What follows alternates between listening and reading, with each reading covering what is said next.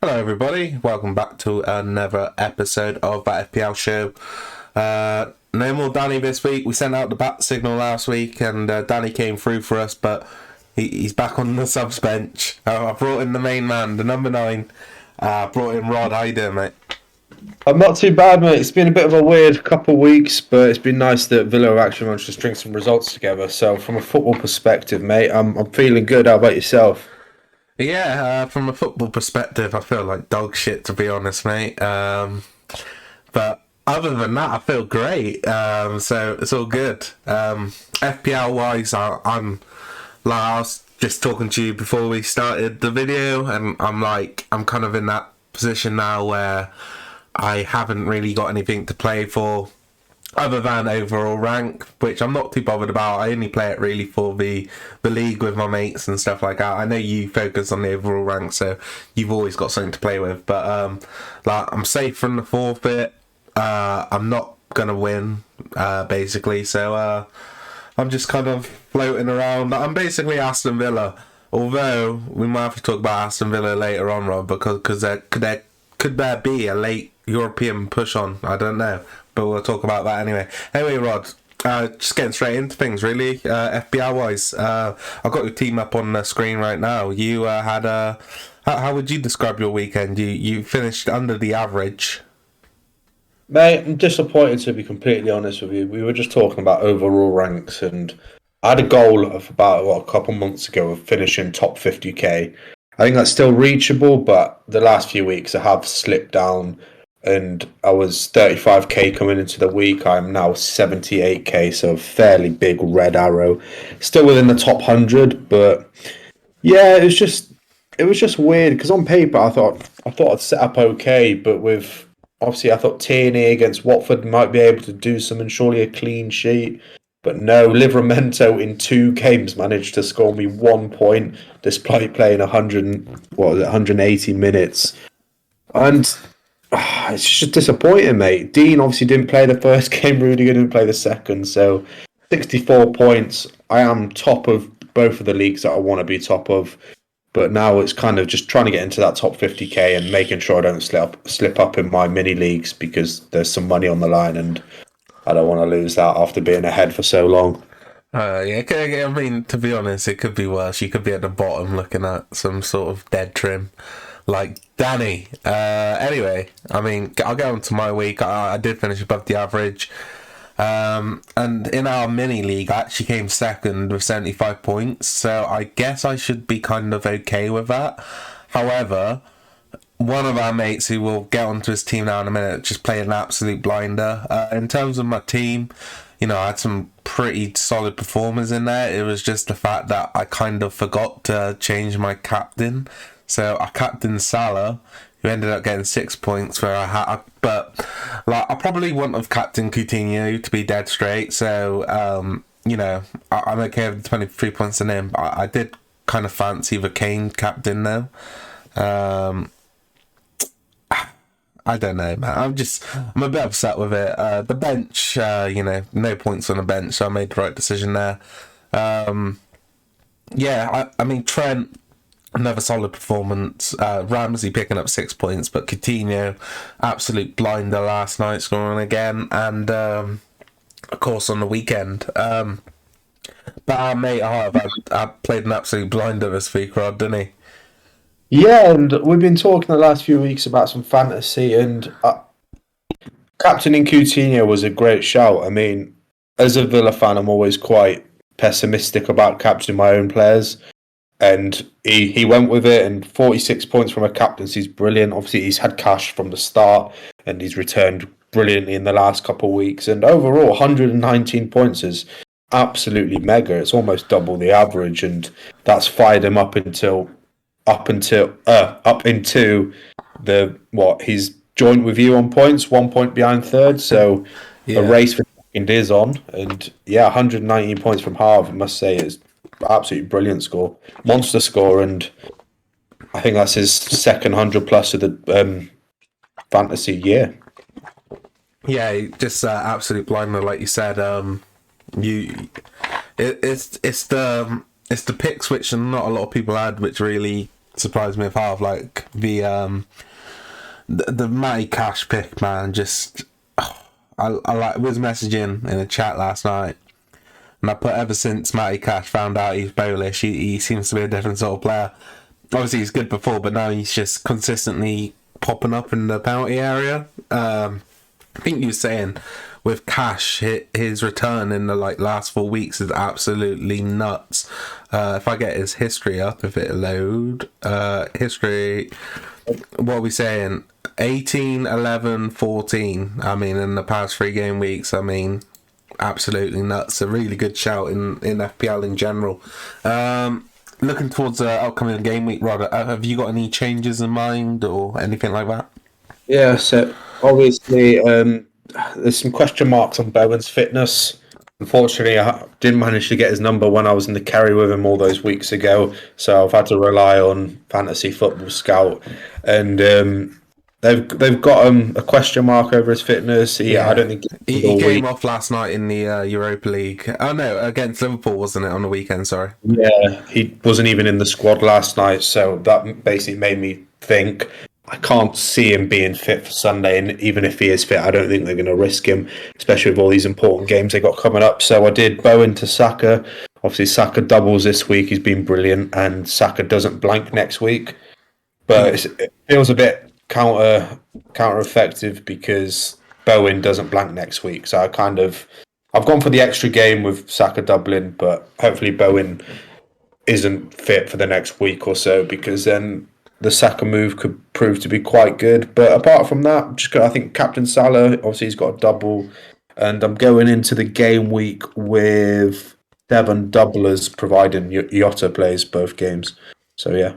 Yeah, fair enough. I mean, I think with Saka coming in as well, I don't really mind the Arsenal fixtures this upcoming weekend and that.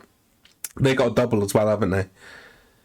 Yeah, they double this week with Leicester and Liverpool. Yeah, so. I don't mind the Leicester game. I think the Liverpool one's probably a bit of a stretch, but I could see Arsenal at least getting on the goal sheet and maybe him getting an assist or something like that.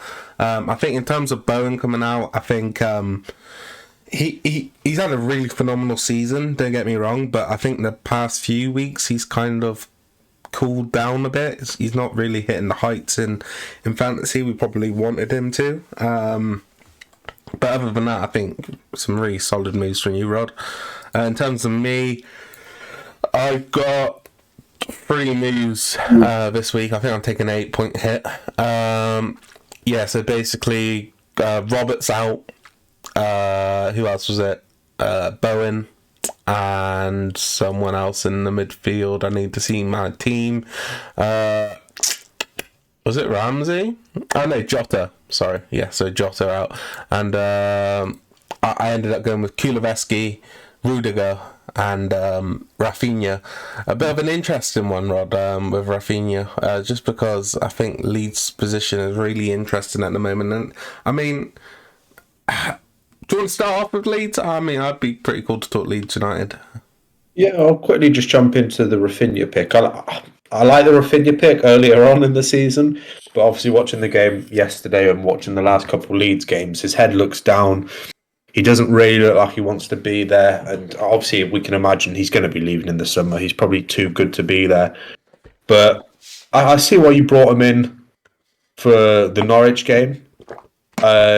Then obviously they've got Norwich, Wolves, Southampton, Watford in the next 4, and that's some big games. And yeah, if we just jump into where Leeds are placed in the league, yeah, man. I mean, it's worrying times for Leeds fans, wouldn't you say? Very worrying. Obviously, it's not just the points total; it is the amount of games they've played as well. They're on 28, so they've got 10 games less this season.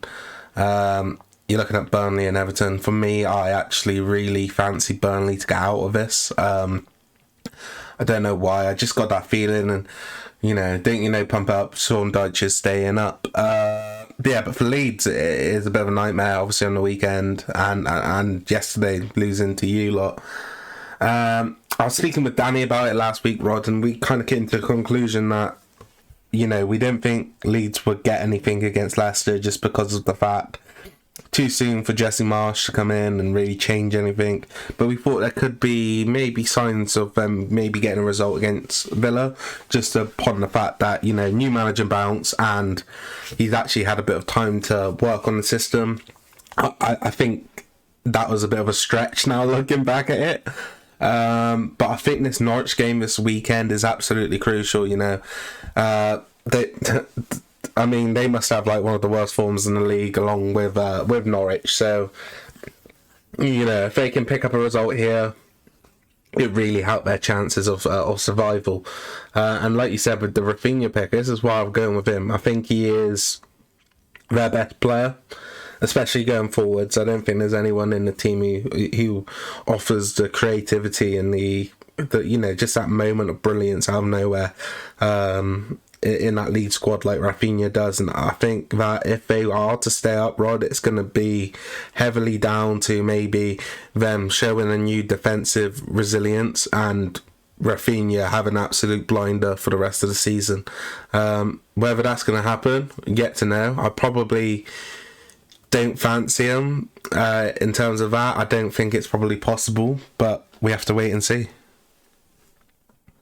Mate, it's with Rafinha. I think he's a brilliant player, and we've seen when he's on form what he can do and the magic.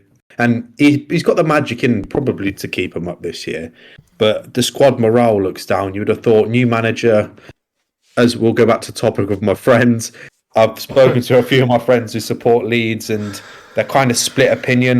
Like I spoke to 3, 2 of them didn't want Bielsa to leave, 1 wanted Bielsa to leave. So it's a split opinion, and Jesse Marsch has got some big shoes to fill. And at the moment, two games, 2 losses. The crowd, you don't want the crowd to turn on you. And when morale is low, it's hard to string some results together, and even some passes like we saw last night. I think in the first half, I thought Leeds were abysmal. I don't think they didn't have a shot on target. Even second half, they had a couple shots from like 30 or so yards out. So, I don't know, as a Leeds fan, I would be a bit worried. And Burnley, as you put in the thumbnail, we've got Burnley on 21 points, played 26.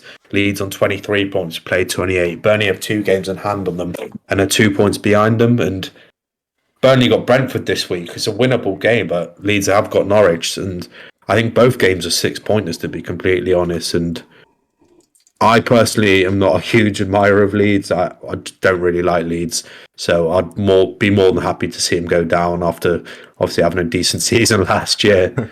But yeah, as where does Rafinha go, do you think, in the summer? I know that's a completely different topic, but I can see him probably going abroad.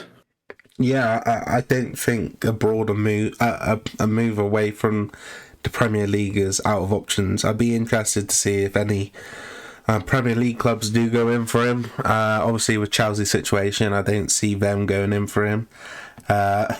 So that is one destination which I think would have been like a really good move for him. Other than that, though, I think you got to look at City. If they decide to not bring in a striker again, I think he would be, if they were looking to move someone on. I don't think they are, so I don't think it'll happen. But yeah, I think he'd be a great alternative to someone like Mahrez again. I think kind of similar players offer you that ability to cut inside and score goals. I think Mahrez probably at his level at the moment is still a better player than Rafinha, but I think it's not that big of a gap to say that in a couple of years Rafinha would be better than him. So I think that would be a big move for him. I don't really see the likes of United getting involved with him. Just the fact I just don't see that. Arsenal, depending on where they finish, I think that would be a decent move for him as well. But I don't see that one happening. And in terms of any other teams in the Prem, I don't see Spurs touching him. So yeah, I think Bayern Munich seems to be a likely destination for him. I think unreal scouting from Leeds. I mean, he's 25 at the moment, so he's still fairly young. Yeah, he is quality. Yeah, brilliant bit of scouting, and he's an exciting player, and it'll just be interesting because obviously, as we know, Leeds have a championship squad at best, like a good championship squad, and obviously they clearly overperformed last year. I mean, this year they've been without Bamford since like September. They've been without Phillips for long periods of time. So they've had their injuries, but that's the whole point of transfer windows, to increase your depth. And we knew Bielsa likes to work with small squads. He literally loves 12 or 13 key players. And unfortunately, when the injuries pile up like they have, it all goes quite quickly. Yeah, and obviously Furbo had it was a weird one because to be honest, I wasn't watching the game with sound on, so I was just kind of like scanning it. But it didn't look like much to me when he went down, but obviously he had to come off on the stretcher, and it looked like he was taking in gas, so he's probably in a lot of pain. So, it's not a great sign for Leeds. But I was really interested in what you said about your friends. So you got 3 Leeds fans as friends, which probably the lowest amount of supported by your friends, because I'm sure you've got friends who support Everton, Norwich, all this, and you've probably got hundreds of them, Rob, because we know how many friends you've got. But yeah, like you said, 2 of them wanted Bielsa to stay and 1 of them wanted him to go. I find that absolutely nuts. I've been calling for Bielsa's head in a way for a while now, just as an observer. I was talking to Danny about it. I think it's been an absolute pleasure to watch him in the Premier League, and in terms of what he brought, it was brilliant. But like you said, I think the transfer window is a big one. Obviously, the squad is too thin, and it lacks quality, in my opinion, as well. The other thing is, he showed that stubbornness not to change style, and style needed to change because, in my opinion, I've been saying it for ages, he doesn't have like the outfit to perform what he wanted. With Marsh now, I'm really not too sure on him. I spoke to Danny about it, and I'm not too familiar with his work, let's say, but obviously he was at Leipzig at the start of the season, left in December, so it's one of those. And from what I've seen so far, I thought in the Leicester game Leeds were a lot more how would I say it, like defensively responsible. I thought they were shit against you last night, don't get me wrong, but I thought we saw signs of it in the Leicester game.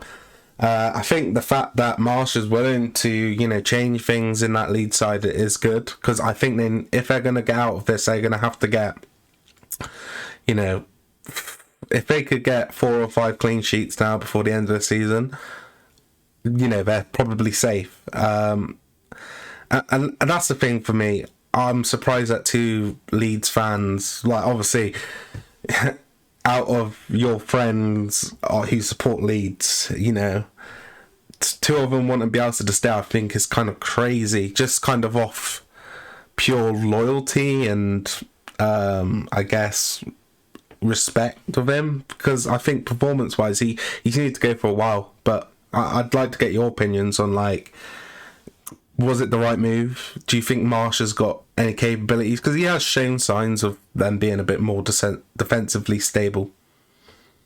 Yeah, like I've just texted one before we started the show saying, "It'd be absolute scenes if you go down." And he responded with, "Honestly, mate, I think we deserve it from top to bottom. Players are shocking. Even some of the fans last night were chanting, making me cringe.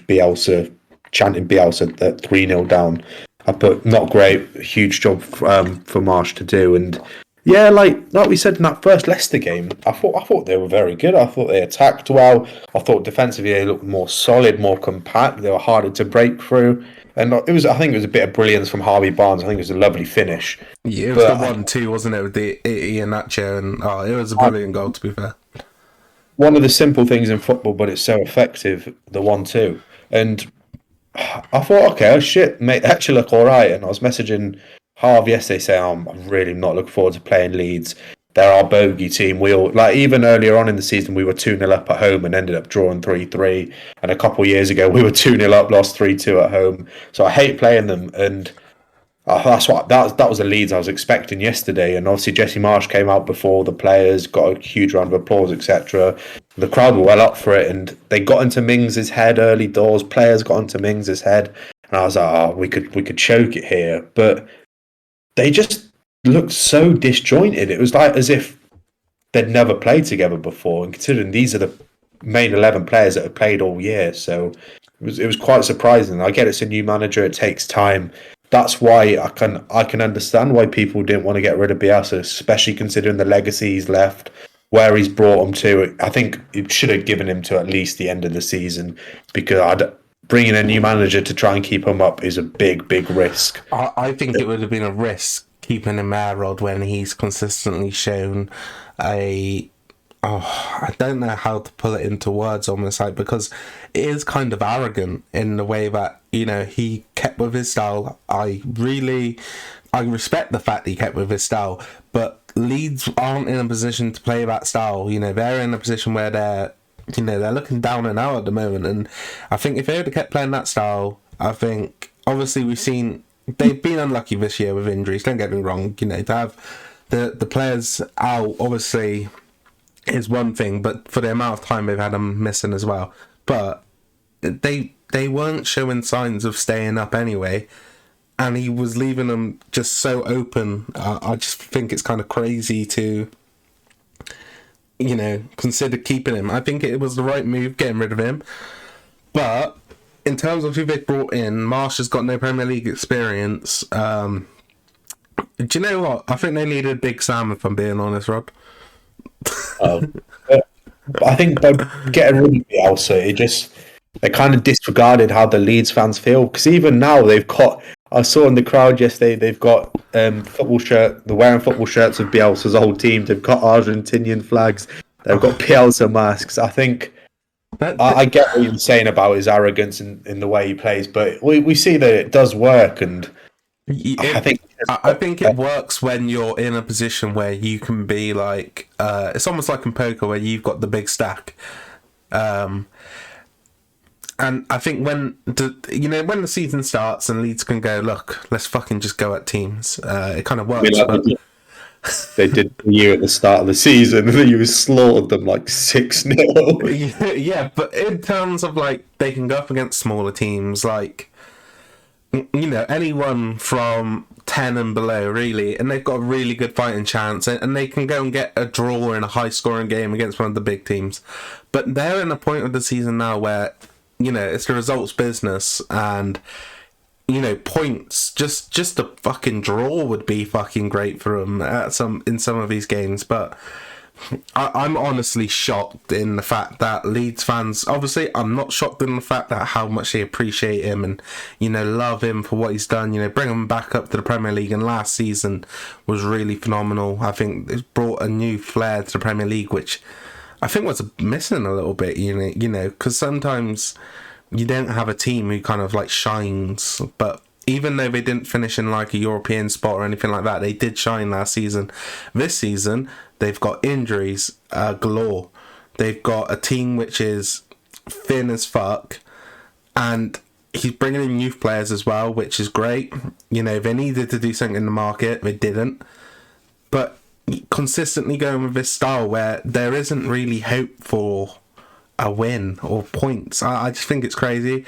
Obviously I was joking about Sam Allardyce, but I think what they needed was someone who has got Premier League experience of just like Eddie Howe, who's gone to Newcastle, who we'll touch on now in a second, would have been an amazing pick for me.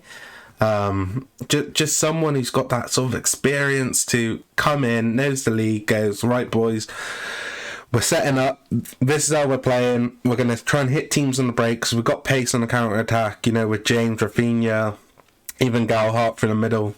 I just think they've been so blind to the fact that it's not just a fucking expedition and that it is a fucking league this season, in the fact that they've gone out there and, I mean, just look at the goals conceded. The only team close to them is Norwich. 64 goals conceded, Rod. It's not good enough. But it's testament to Bielsa that he's managed to achieve such great things with an average champion, with a good championship squad. And yeah, but what has he achieved? Like, obviously he came up with a good championship squad, but and last season, don't get me wrong, it was a good season for them. They did well, but like they haven't exactly done anything. They stayed up, but now it's looking like they're going to go back down again. I just think the board need to invest heavily into this side. and I think that there's a lot needs to be done. They just need depth because they've got an okay core. They probably had a better core. Whilst I think Melly is a very good keeper. I think he's really, really good. Phillips, Bamford, Rafinha. Yeah, but I'm struggling. Like it's what he did last year with this squad was absolutely ridiculous. This year, injuries have really hampered them, and they had January to go out and get some players. But was James in January? Pardon? Did they sign James in January? No, in the summer, man. And to be fair, That right, was I do, signing. sorry, to cut you off there. My bad.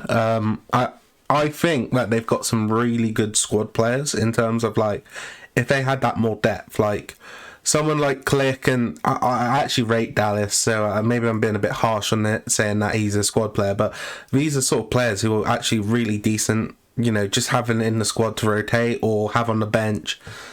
They just lack that like real quality. Like, to be honest, you could go below them and you can see more clear structures and quality in players. Like, to be fair, is it harsh to say that Watford, like, obviously you got Rafinha and Phillips, but the rest of Leeds squad is pretty thin, right? It's not like hard to say that Watford have a more talented team, like squad in general, right? Not a chance. Really? In terms of like players, like if you were, let's say we was doing a draft, right? So it's like me and you. Like I think you got 3 or 4 players at Leeds, right? But I don't think I'd be picking too many more from Leeds. I'd be picking a lot of Watford players, I think. All right, so in goal, Melia. Yeah. Right back, Ayling. Centre back, probably Lorente. I'm not having Kafka or Samir from Watford. I'm probably going Lorente and Koch. Left back, probably Dallas. Dallas doesn't play left back though at the moment, does he? He plays anyway, doesn't he? He plays everywhere. Play 4-3-3. Midfield, Phillips. Maybe Musa Sissoko. Probably just Phillips, Sissoko. Imran user. Yeah, all right. And then up front, Dennis. Yeah, I'll have Dennis. Rafinha, Dennis, and then I'm talking in terms of quality and Harrison. I'd have. I see. I don't think so. Like in terms of like quality and value, maybe. Do you know what I mean? In terms of players, like even though they're not like someone like. See, it's hard to say with Watford because obviously they haven't performed. But like, I think that someone like João Pedro in a different team could maybe be something a little bit special. But anyway, let's move on from Leeds. I mean, sorry, that I think they're kind of fucked, Rod. If you had to make a prediction now, are they going down, staying up? Staying up. Okay, I'll go going down. It's Burnley. I think it's Burnley who take the final spot. Really? I think it's between Leeds and Everton. I think I see Burnley staying up. Anyway, let's move on to Newcastle. Spent big in January, but not really in terms of like bringing in like flashy players. I'd say I think they've brought in a lot of hard working players, and the run they're on is absolutely phenomenal. 9 unbeaten now, Rod. I got Chelsea coming up on the weekend, but they're safe now, surely, right?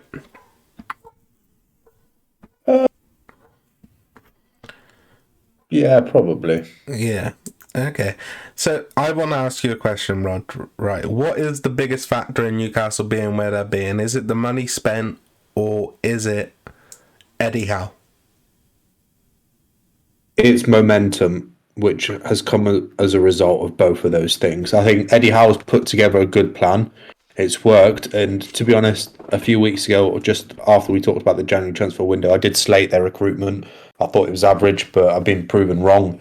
I'll put my hands up for that, and I think he's got the right players in for the short term. I can't see Chris Wood being here in the summer, probably. I was doing being there. I don't know. Oh yeah, that's what I see him being there, but I see him being a squad player. And to be honest, mate, I think they've won 6 out of their last 7. And we were talking before. I think as soon as you string together 2, 3 results, then it just comes flying. Because I mean, beating Southampton away is a huge result on a Thursday night. Like all that distance you've got to travel, you're fighting for your life. I think it's a brilliant result from Newcastle. I agree. And then obviously, I've been completely impressed with the way they've gone about things. And I was listening to the Trippier True Geordie podcast, and it was really, really insightful of how things go behind the scenes. And I mean, Bruno Guimaraes' finish yesterday was absolutely phenomenal. It just shows the confidence they're playing with, and 31 points they're on. I think they're probably safe. I think even Brentford are safe on 27.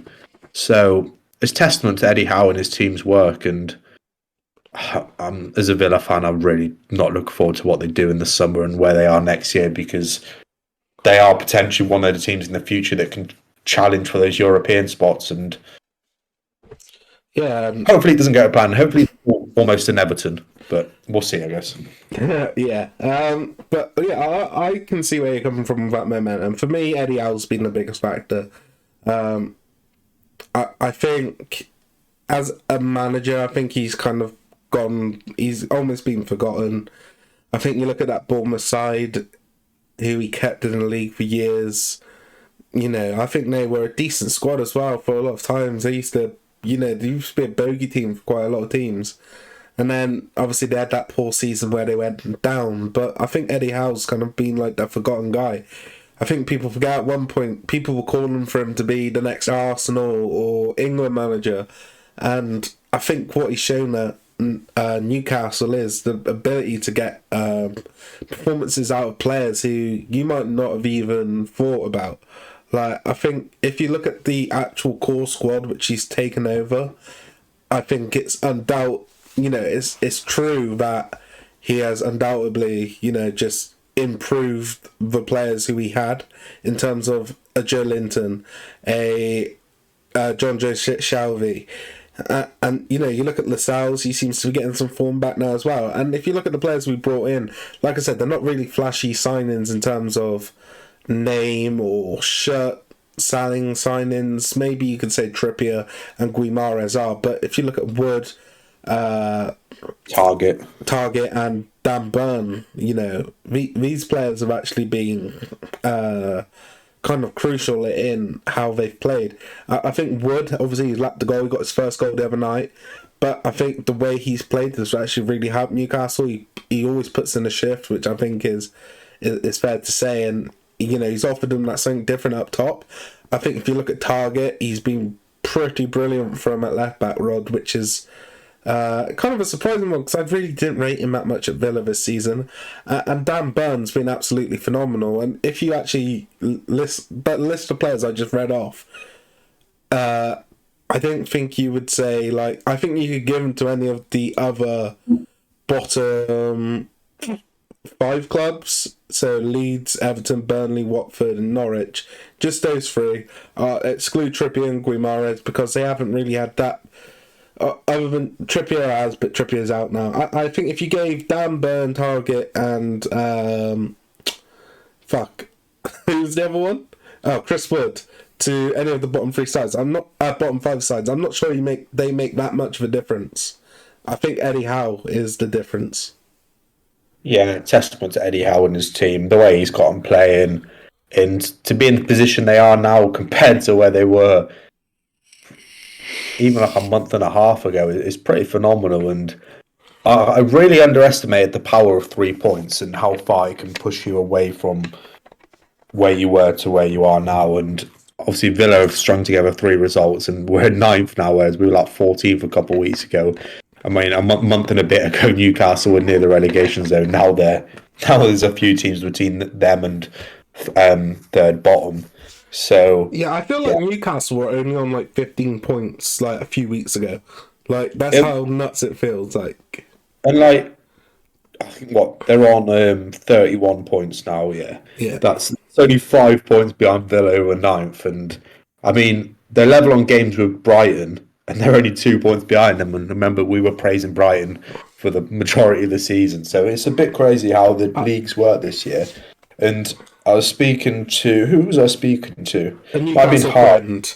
Oh. No, it was hard. But, I think this is probably the most competitive Premier League it's been in a while. In terms of it, I don't think you can really predict where anyone's going to finish. Yeah, I think other than the bottom two with Watford and Norwich, you have kind of... I think they both showed signs of having a little bit of fight, but have really just shit the bed recently. I totally agree, because, to be honest, as much as you think Burnley's going to take that bottom spot, it is really a coin flip, because they have got the quality to stay up. And, Brentford, who we think are safe in 27 points, aren't necessarily safe. And I think, like I was saying to you, you look at Villa, they're in a position now where if other teams slip up and they do the business they need to do, just go out there, perform how they've been performing recently, they could be on a late charge for, some European football run. Mate, and Watford, we played Watford at home a couple of weeks ago, dominated the ball, we lost 2-1. It is typical. Saad been injured for months, comes back for that game, gets the assist, and now he's injured again for months. So it's just weird. 6 points for Watford against you, right? Yeah, it's just games like that where I don't think we're at that level yet. I think we need Gerrard to have a pre-season, then we go again. For me, this season's pretty redundant.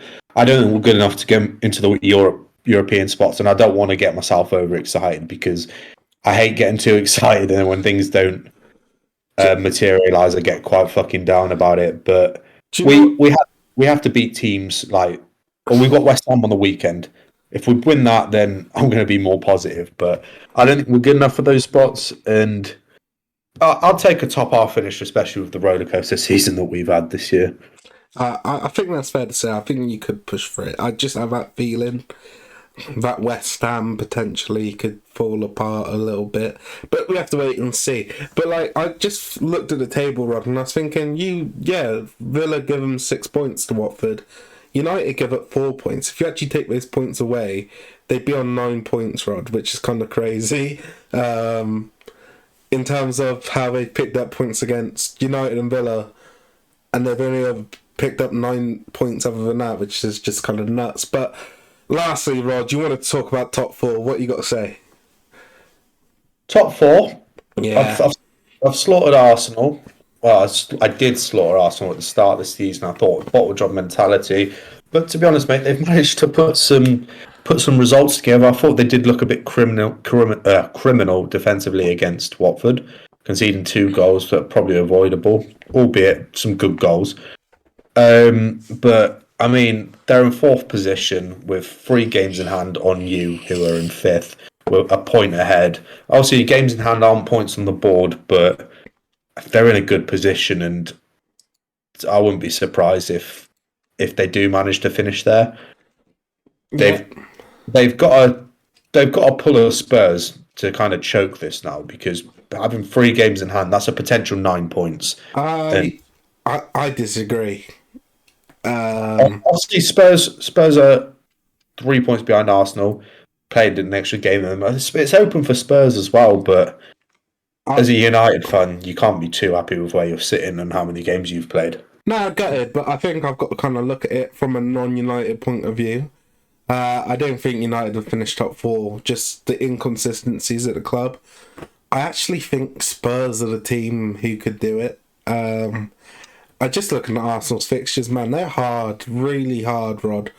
So let's talk about the games which haven't been confirmed yet. They've still got to play away against Chelsea and Spurs, in which I think I'd favour both home teams in those games. They've got to play Leicester at home, Liverpool at home. Then they go on a away spell where they play against Crystal Palace away. I think the Villa game is the hardest one. I think they could get points against Palace, fair to say. Brighton, I think they beat them at home. Southampton away. I know we was talking about Newcastle doing it the other night, but it is a hard game nevertheless. Then they got to play United at home, which is definitely a winnable game for them. West Ham away, depending on West Ham are they still fighting on the 30th of April? We'll have to wait and see. And then they've got Leeds at home, but you got to remember this is the last 3 games of the season.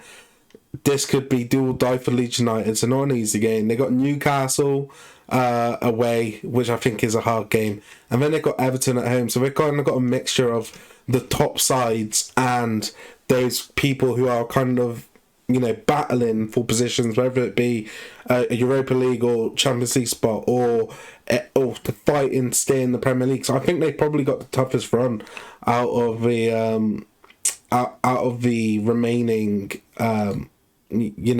top 4 hopefuls. I think Spurs are the team who, if I was putting a bet down, not only would they have the best odds because of the position they're in, but I just think they are a team who has been inconsistent but has shown signs of getting it together.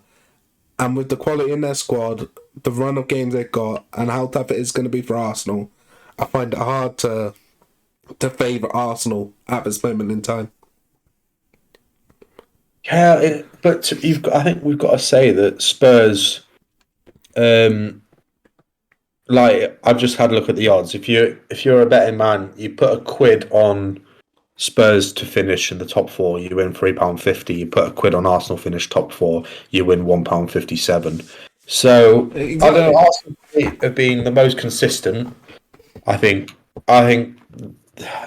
what I've seen this year, considering they've got the youngest squad in the Premier League, they have managed to just grind out results. I think they've got a good base. I think strike they are lacking, but they do make up for goals in midfield. They've got obviously Saka, Odegaard, Smith Rowe, Martinelli.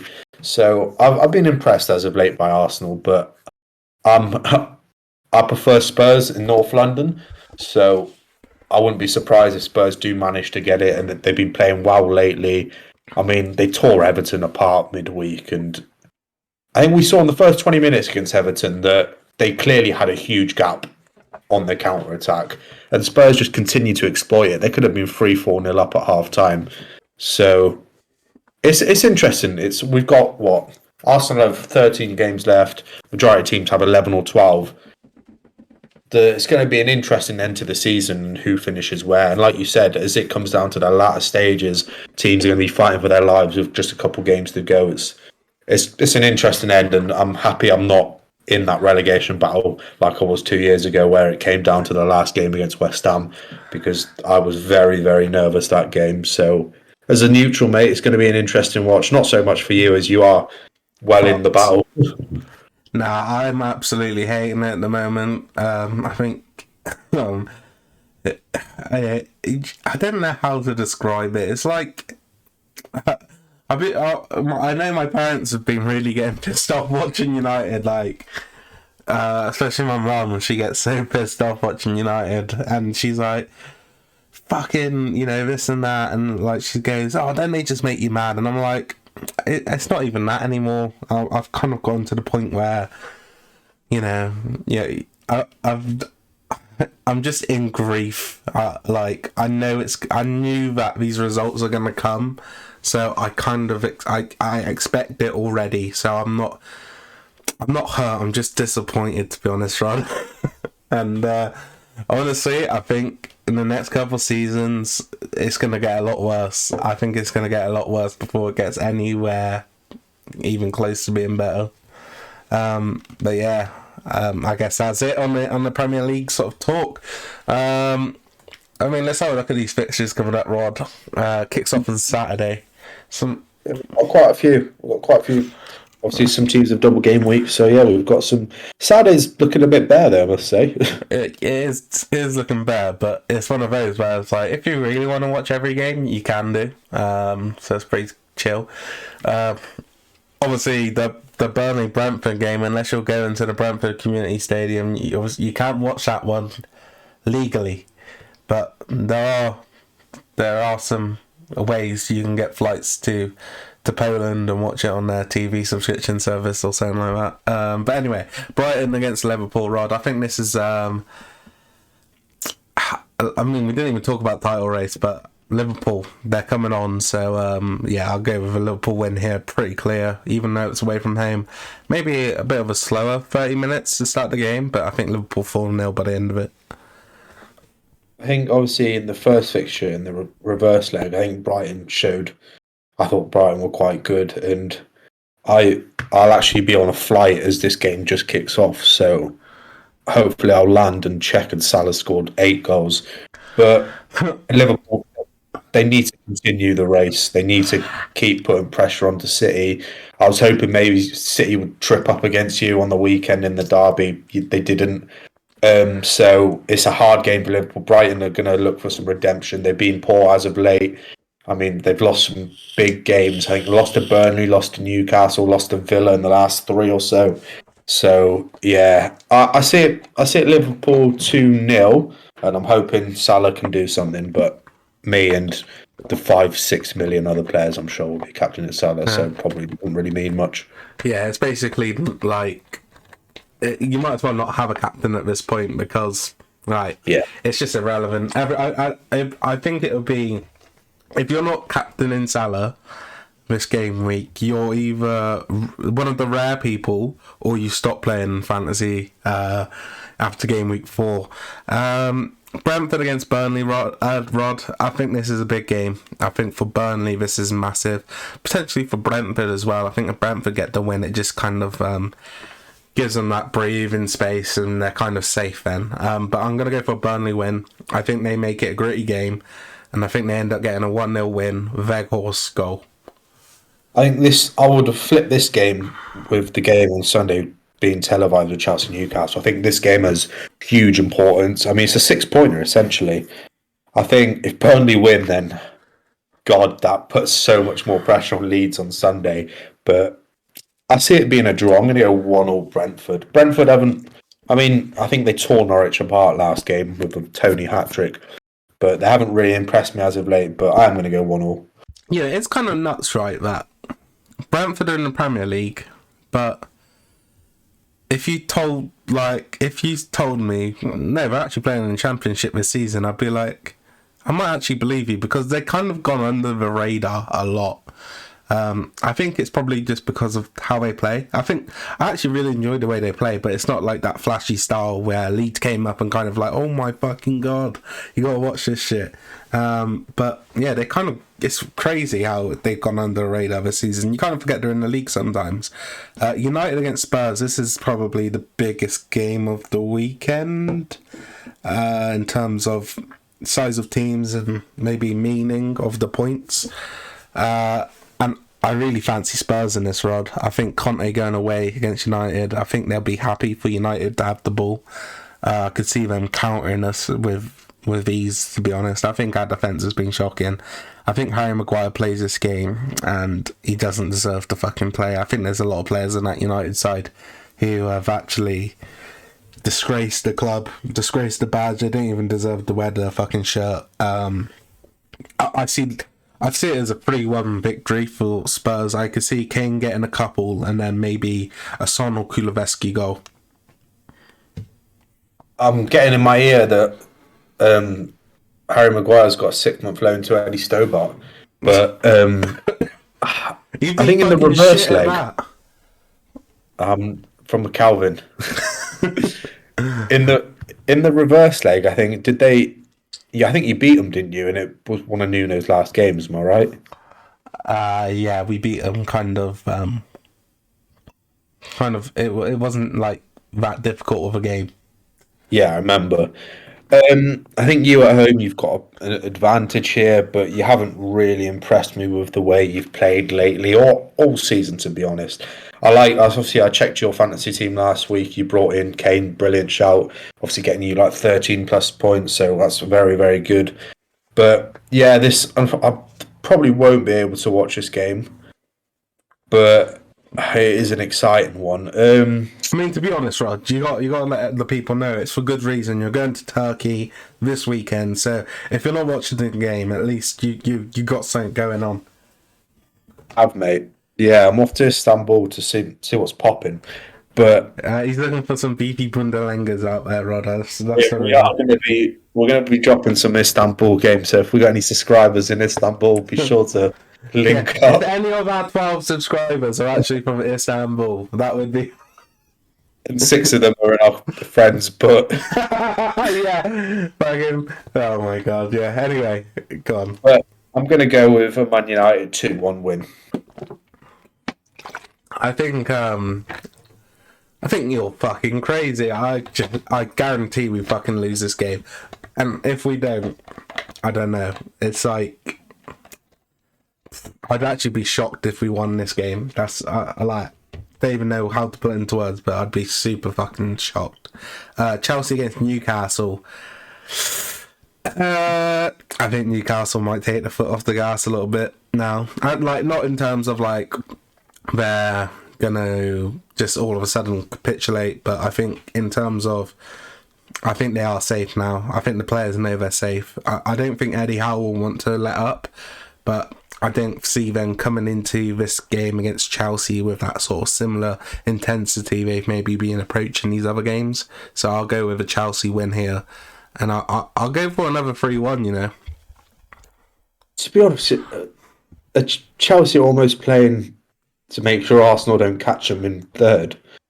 But Mate, Arsenal aren't getting fourth. It's going to be Spurs. I told you. that means Chelsea are going to finish 7th. I think it's just going to be I'm going to go 2-1 Chelsea. I don't think it's going to be a particularly interesting game, as I don't really like the way Chelsea play. But 2-1 Chelsea, they'll have enough to see it through. Yeah, I think we're kind of on the same page here. Everton against Wolves. I think this game is a real tough one for Everton in terms of I think they are desperate for points, but they're hard to come by against Wolves, who are so good defensively. So I think maybe looking at a draw here, a 0-0, a 1-1, something like that. I must say, if Watford and Burnley win both their games, that will probably put Everton and Leeds into the bottom 3. Obviously, so yeah. No, it'll put Leeds into the bottom 3. If Everton win both their games, they'd be happy. No, I mean, if Watford and Burnley won their games. Oh yeah. Won the game, that would drop almost, yeah. But we'll get onto that shortly. Everton, they need to get a result. As a Villa fan, obviously trying to chase Wolves, and Everton probably won't catch us. I'll happily take an Everton result here. So I like an underdog, so I'm gonna go Everton 2-0. Fair enough. Let's get on to the other underdogs then. Leeds United going up against Norwich City. I think we're going to see a Leeds win for once. And I think it'd be interesting in terms of the manner of the performance more so than the result. I think if they can go out there, get a clean sheet and maybe score 3 or 4, it really big confidence boost for them. I'm going to go with a 3-0 Leeds win. Rafinha's getting on the score sheet, so yeah. For me, this is a 6-pointer, and as a Leeds disliker, I'd love a Norwich win. And obviously, Dean Smith, I want him to do well there. I just can't see Norwich getting anything there, to be completely honest, at Ellen Road. So I'm going to go Leeds 2-0. I think this could spark a little momentum swing for Leeds. Yeah, fair enough. Southampton against Watford, I think, is. I just find it hard to pick Watford to win anything at the moment. I'm just going to go with Southampton win. I think they're probably just Ward-Prowse is going to score a free kick. I feel like he's one's coming at some point. So yeah, I'm going to go with a 2-0 Southampton win. This is an interesting game. I think Watford is do or die. They have to get some in here, otherwise. They've got 10 games left. After this game, they'll have 9. The final 10 games, they need to pick up points. And I don't see it starting at Southampton, to be honest, mate. Southampton at home is a difficult game. Watford have been poor as of late. So I'm going to go Southampton 2-0. Yeah, good shout. West Ham Villa. What's going on in this one then, Rod? You see, I've said our season's redundant, and I think it is, but I don't want to get a glimmer of hope, and if we beat these, I know I'm going to be I'm going to be on the edge of flipping bursting. But West Ham, they played yesterday, as did we. So fitness regards, we're going to be similar. Antonio played 90 minutes. We know at his age, he can't play as often. But I don't look forward to this game. Going away to the London Stadium, 60k West Ham fans behind them. I think they'll probably just beat us 2-1, and they did in the reverse leg earlier this year. But luckily, it doesn't look like Bowen will be fit. But I'm still going to go 2-1 West Ham. I think they're a very well organised coach team this year. Well, as always, we tend to pick each other's teams to win on here, even though we think they'll lose. So I'll go with a Villa win. I just think I think it was a good point in both teams playing on Thursday, but I think you got to look at West Ham going away to Sevilla, probably a bit of a journey they're not used to. So, and in terms of that game, I thought they probably deserved more out of that game. Obviously, I think they ended up losing 1-0. Could be wrong about that, but yeah, I think you'll win. I just think Gerrard's come in, and there's just a new sort of energy around the club. I think, yeah, so I'll go fucking 2-0 Villa. Arsenal against Leicester, Rod. Ooh, Leicester. I think looking at the table, I mean, they're 12th, 33 points. I mean, they've got 2 games in hand on us and they're only 3 points. But similar, I think Leicester's season's pretty redundant. I don't really know what they can achieve. They've done well in recent years, but I see them losing a few players in the summer, and Arsenal obviously chasing top 4. I'm going to go Arsenal 2-1. I think Arsenal should win this game. Yeah, I kind of... This is kind of like the thing with Arsenal. It is kind of like boxing where you...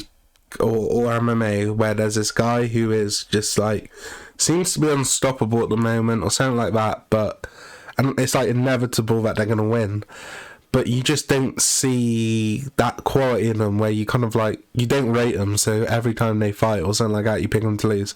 And I'm going to pick them to lose here as well, because I just don't see like how Arsenal are supposed to be this like good team. I still kind of, I just don't see them as that. So I'm going to go with a Leicester win away from home, and it's going to be a 2-1 Leicester win. Yeah, so a bit of an interesting one there. Monday Night Football, Palace against City, and I think this is actually an interesting game in terms of this is the sort of game City would slip up in. I don't think it's like a game against one of the big boys. It's a game against one of these teams who are obviously safe, but are a good team, but they're not a brilliant team. And I think Vieira gets 3 points here and really opens the title race up for Liverpool. I'm going to go with Crystal Palace 2-1. Obviously, they beat them in the reverse leg as well.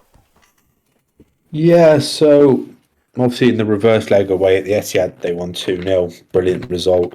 And at home, I hope, like you said, I hope this is where City can slip up.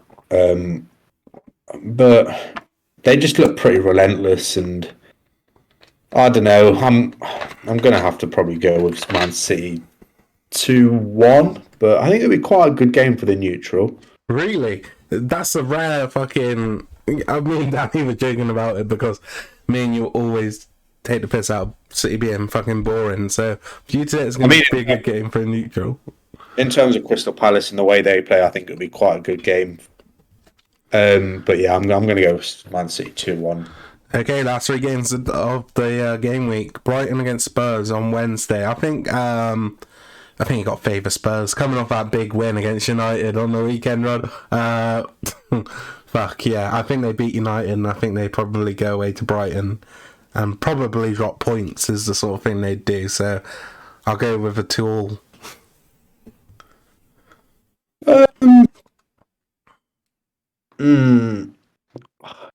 See, for me, if you asked me earlier on in the year, I'd probably say Brighton, but I think this game depends on how Spurs do against you on Saturday.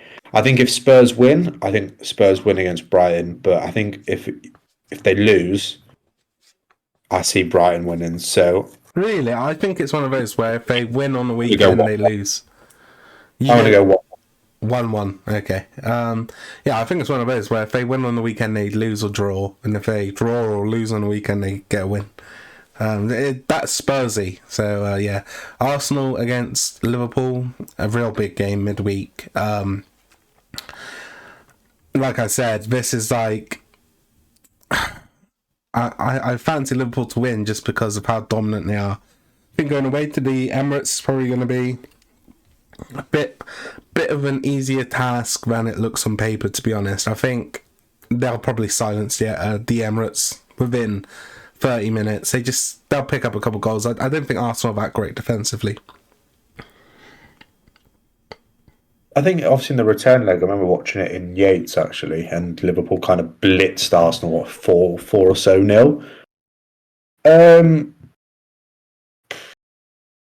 I don't know, I thought Liverpool were a bit poor against West Ham on the weekend. I'm going to go with a 2-2. Ooh, title race over. I hope not, but I thought Liverpool didn't. They didn't thrill me on the weekend. They did not thrill me against Inter Milan midweek. And I know obviously it's a different competition, but it's a big game. Mm. So I'm going to go. Obviously, Arsenal double game week. They beat Leicester. They've got some momentum going into Liverpool. So I'm going to go over 2-2. I think that's. I just didn't see it personally, but each to their own. Last game of the week, Everton against Newcastle. Newcastle win here, Rod.